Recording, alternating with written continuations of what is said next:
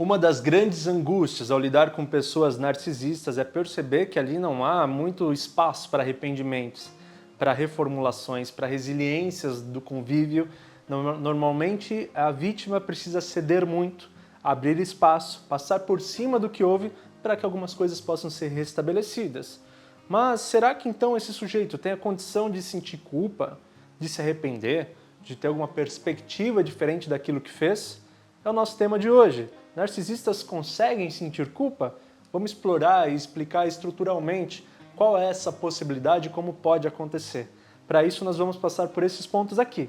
Primeiro, a angústia da responsabilidade. Depois nós vamos para a impossibilidade de valorizar o outro. E por último, a culpa propõe reparação. Vamos mergulhar nesses tópicos e entender muito bem se isso é possível ou não. Meu nome é Victor De Gasperi, eu sou psicólogo clínico e escritor. É um imenso prazer te ter por aqui. Como sempre, peço seu apoio rápido para se inscrever no canal e curtir o vídeo. É a forma que você melhor nos apoia. E dizer que aqui na descrição tem um link para o meu Instagram e outro para outros contatos, redes sociais e também para você conhecer os meus livros. Então, vamos para o nosso primeiro ponto. A angústia da responsabilidade. O que eu quero dizer com isso, né? Responsabilidade é sentir que você precisa dar conta de alguma coisa que está ali a depender do seu movimento, das suas escolhas. Claro, se é uma certa responsabilidade é porque tem algo a ser preservado, a ser bem cuidado, a ser bem feito. Senão não seria responsabilidade, seria qualquer coisa.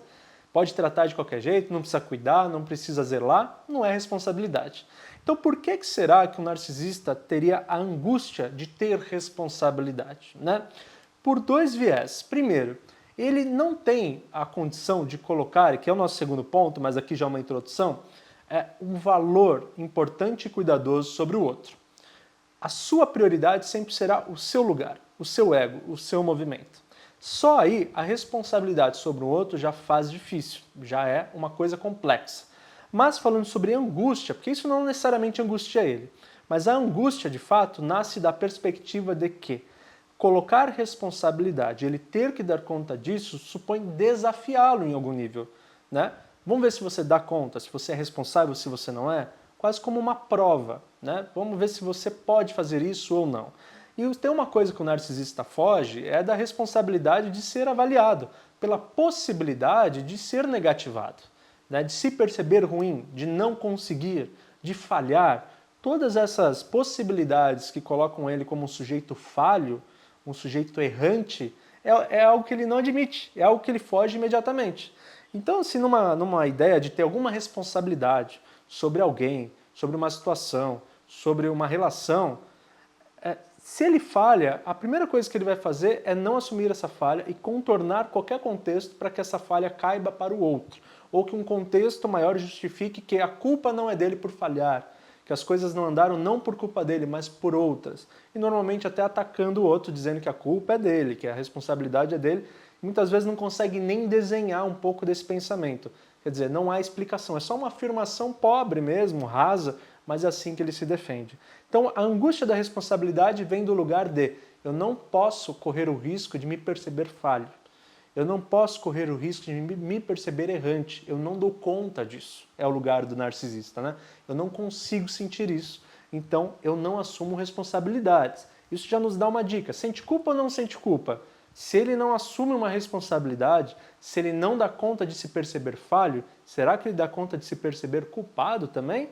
Vamos um pouquinho mais adiante. Aqui está exatamente o que eu disse que a gente introduziu um pouquinho antes. A impossibilidade de valorizar o outro. Como eu disse, a sua prioridade sempre vai ser voltada a si. E o valorizar o outro não seria por um valor emocional, intrínseco, valorativo de fato. Seria só por um benefício, uma consequência. Vou teatralizar uma valorização porque conseguiria um benefício ali, outro aqui, enfim. Sempre para atender às suas próprias necessidades. E não para, de fato, oferecer um afeto, oferecer um respeito, oferecer uma admiração. Não, de forma alguma. Aqui seria realmente uma impossibilidade. Porque se eu coloco o outro em alguma importância, que seja de fato elogiosa, de fato emocional, de alguma forma eu me coloco vulnerável. Né? Eu me coloco admirado sobre o outro, me coloco gostando do outro, me coloco em alguma forma mais inconsciente dependente do outro. E nunca que isso é possível ser feito, porque o narcisista se coloca como uma unidade autossuficiente. E qualquer coisa que fuja dessa autossuficiência, por ele é negado. Um elogio ao outro, uma consideração pelo outro, um respeito de fato, né? A não ser que estrategicamente aquelas posições possam lhe trazer algum benefício, mas se não, o seu egocentrismo, que traz então essa autocondição, essa capacidade de dar conta de si mesmo, né? Seja a autossuficiência era a palavra, é o lugar que se preserva, é o lugar que se mantém, é o lugar que ele não mexe. Então, se mais uma vez, casando com a nossa pergunta do título, se há impossibilidade de valorizar o outro, como que ele também vai conseguir sentir culpa? Como que ele vai colocar a culpa num espaço interno, já que a culpa é se vulnerabilizar, é se perceber falho, é se perceber errante e perceber que o outro, talvez, não merecia isso. Veja, não combina. Achar que o outro não merece um sofrimento, achar que o outro merece coisas boas, não tem muito a ver com uma estrutura narcísica, que não tem esse olhar para fora, só tem um olhar sobre si. Vamos para o nosso terceiro ponto, que aí eu acho que a gente amarra tudo de uma vez. Eu coloquei aqui, a culpa propõe reparação. Isso é importante a gente perceber.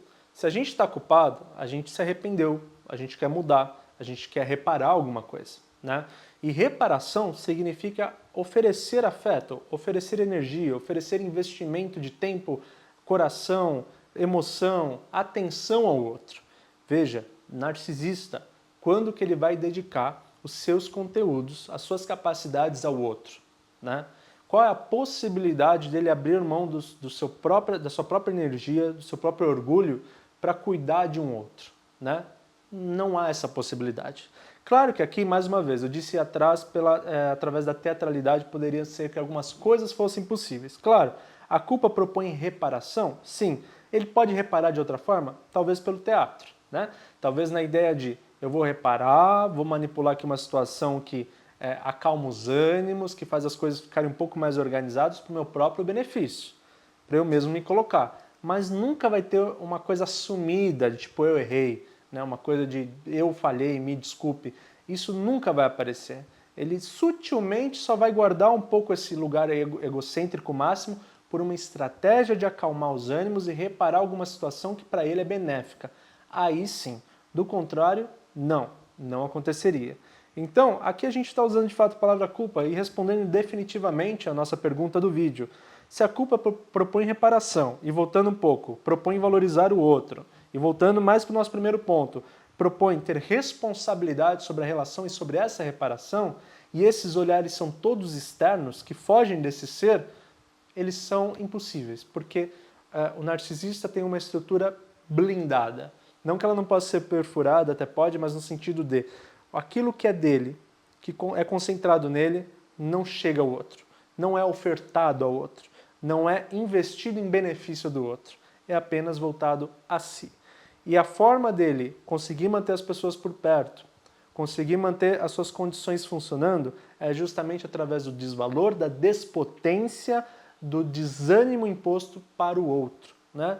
Deixar esse outro fraco, deixar esse outro vulnerável, a ponto de não ter forças para degladiar, a ponto de não ter forças nem para se afastar. Esse é o mecanismo que aprende.